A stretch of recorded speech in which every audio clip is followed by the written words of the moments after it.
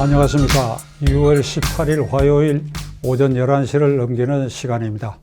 이 시간에는 과거의 불행한 역사를 기억하지 않으면 똑같은 불행이 반복된다 라고 하는 그 어떤 역사의 법칙과 관련해서 여러분과 함께 생각해 보기로 하겠습니다.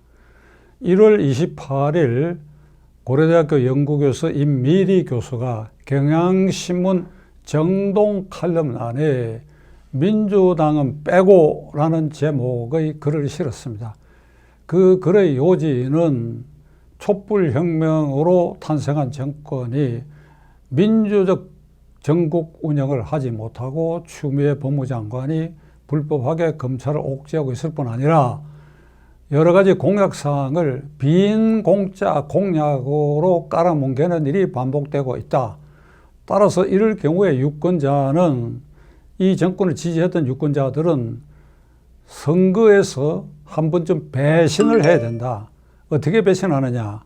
이 정권 여당이 민주당을 찍지 말고 다른 정당에 투표해야 된다 하는 것이 이 글의 요지인데 민주당은 빨끈해서 임미리 교수와 이를 실은 경향신문의 책임자를 검찰에 고발을 했고 그래야 이 후유증이 지금 계속되고 있는 그런 상황에 있습니다.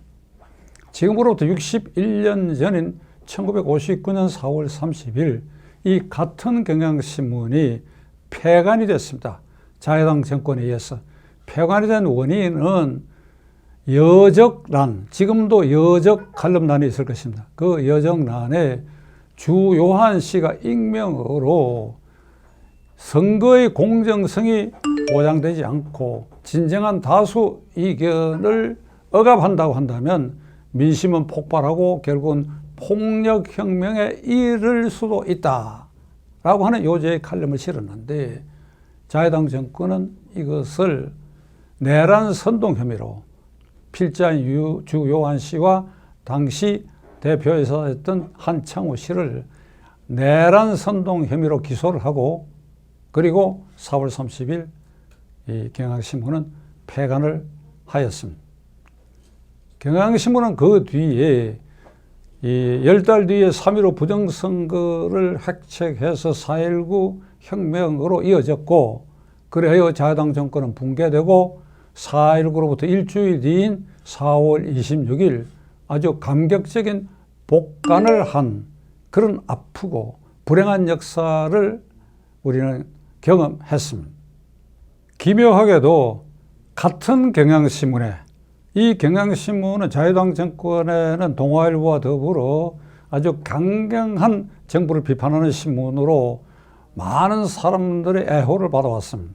지금 이 정권 아래서는 친정부 신문으로 분류되고 있지만은 또 다른 친정부 신문에 비해서 결이 좀 다릅니다. 그 수시로 정부의 아픈 곳을 지적하기도 하는데 하여간 이 같은 경향신문에서 61년의 시차를 두고 이게 정부의 눈에 거슬리는 글을 실었다. 그래서 후폭풍이 61년 전에는 폐간을 했고 필자를 기소를 했고 61년 후에는 폐간까지는 가지 않았으나 필자와 언론 그 담당 책임자를 검찰에 고발하는 사태에 이르렀습니다. 그러니까 이 두 사건의 여당 실세 권력들의 대응 태도는 본질에 있어서 저는 같다고 생각합니다. 여러분은 어떻게 생각하실지 모르겠습니다만 본질에 있어서는 같습니다. 어떻게 같으냐. 모든 권력은 부패하고 시간이 갈수록 오만해지기 마련입니다. 영국 역사 철학자고 정치인이기도 했던 액턴 경은 절대 권력은 절대로 부패한다. 이런 말을 남겼는데 그러니까 통제받지 않는 절대 권력은 부패할 수밖에 없다.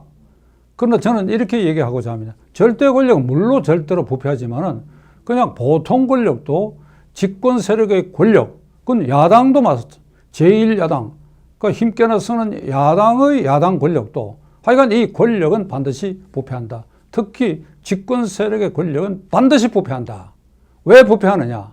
권력 잡은 쪽에 사람과 돈이 몰리지 않습니까? 사람과 돈이 몰리니까 그 유혹에서 벗어날 수 없지요.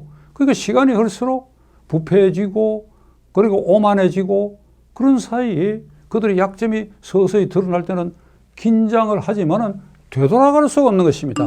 초심으로 되돌아갈 수가 없는 것입니다. 왜? 먹은 돈이 있지요. 해놓은 깐이 있으니까.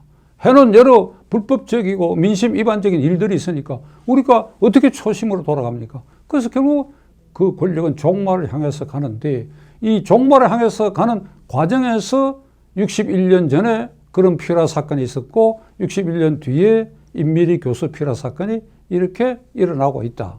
그래서 본질적으로 같다. 특히 이번 이 피라 사건은 문재인 정권이 반환점을 넘어 만 3년째 접어들고 4.15 총선거를 불과 2달 앞둔 시점에서 터진 것입니다. 따라서 이 문재인 정권 실세 권력들은 이게 그냥 눈 감고 지나가 버려도 될 일을 긁어 부스럼을 만든 이유는 이걸 못 찾는 것입니다. 이것이 여기저기 글이 흩어져 가지고 우리를 공격하는 재료를 쓰면 어떻게 하냐 하는 이런 불안감에 곁들여 가지고 감히 너희들이 우리를 하는 이런 오만이 겹쳐 가지고 고발을 하게 됐습니다. 그래서 민심 폭발하니까 취소를 했는데 취소 관정에 다시 또 부스럼을 크게 만들었어요. 왜 크게 만들었냐? 고발의 당사자는 당대표 이해찬 대표가 직인을 찍어서 고발했고 취소도 물론 그 직인을 찍어서 취소를 했는데 이해찬 대표는 침묵을 지키고 있습니다. 그 당대표와 그 관련자들은 어떤 얘기를 하는가 하니까 임미리 교수는 지난날 안철수 캠프에서 일한 사람이다. 그러니 암시를 하기를 이번에 안철수 씨가 당을 만들고 하니까 그 당을 응원하기 위한 그런 요소도 있다라고 하는 것을 애둘러서 얘기를 했습니다. 이게 더욱 후폭풍을 맞은 계기가 됐습니다. 거기에 이해찬 대표는 계속 침묵을 지키고 있고 종로 선거구에 나간 이낙연 씨가 기자들에게 민주당이 좀 더 겸손해질 필요가 있다. 이렇게 공개적으로 말을 했는데 뭐 임미리 교수는 고맙다 이런 반응을 보였습니다. 그러나 진중권 교수는 이낙연 씨의 이러한 소감 피력에 대해서 우아하게 이낙연 씨는 이 너울에서 빠져나가고 있다. 저는 진중권 씨 말을 전해 듣고 속으로 굉장히 웃었습니다. 사실 이게 웃을 일이 아닌데 그렇죠. 우아하게 나하고는 관계없는 일이다. 너희들이 왜 이러느냐. 이해찬 대표가 사과해야 되는데 이렇게 빠져나갔어. 그러니까 이런 후폭풍이 지금 계속되고 있다. 과거의 불행한 역사, 61년 전의 불행한 역사를 61년 뒤에 집권 세력이 이것을 깨닫지 못하고 있다. 그래서 어떤 반복이 계속되고 있다. 지금 후폭풍 속에 있는데 이 후폭풍이 4.15 총선거 이어서 어떻게 연결될지는 조금 더 지켜두고 봐야 되겠습니다만 하여간 반복되고 있는 진행 과정에 있다. 저는 이렇게 생각합니다.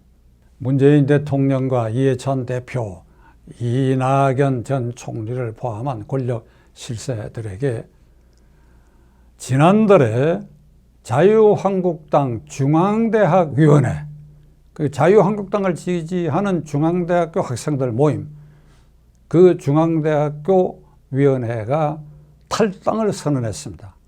탈당 선언할 때 그 선언문의 요지는 자유한국당이 제1야당으로서 3권을 장악하고 문재인 대통령이 가위 총통의 자리까지 올라 있는데도 자유한국당이 싸우지 않고 무기력하다. 그러니까 우리는 이 당을 신뢰할 수 없다. 그래서 탈당했어. 나는 이 권력 실세 여러분들에게 그 20대 초반의 대학생 젊은 청년들이 그대들의 이 정권을 어떻게 보고 있다 하는 거 두렵지 않습니까? 대통령의 상권이 군림하고 있다. 입법, 행정, 사법 모든 군림하고 있다. 그러니까 언론 통제도 마음대로 하고 있다. 그러니까 그 한 징표가 임미리 피라 사건 아닙니까? 여러분들이 초심으로 돌아갈 수 없지요. 아까 제가 말씀드렸지요. 어떻게 돌아갑니까? 산더미 같은 먹은 것도 있고 여러 가지 부패 부정 사건도 곁들여 있고 울산 시장 사건도 있고 못 돌아가지요. 그러나 이 단계에서 더 험한 일은 하지 마세요. 더 험한 일은 하지 마세요. 다시 한번 말씀드립니다. 불행한 역사를 기억하지 못하고 망각하면 그 불행한 역사가 되풀이된다. 역사의 법칙을 명심하시기 바랍니다.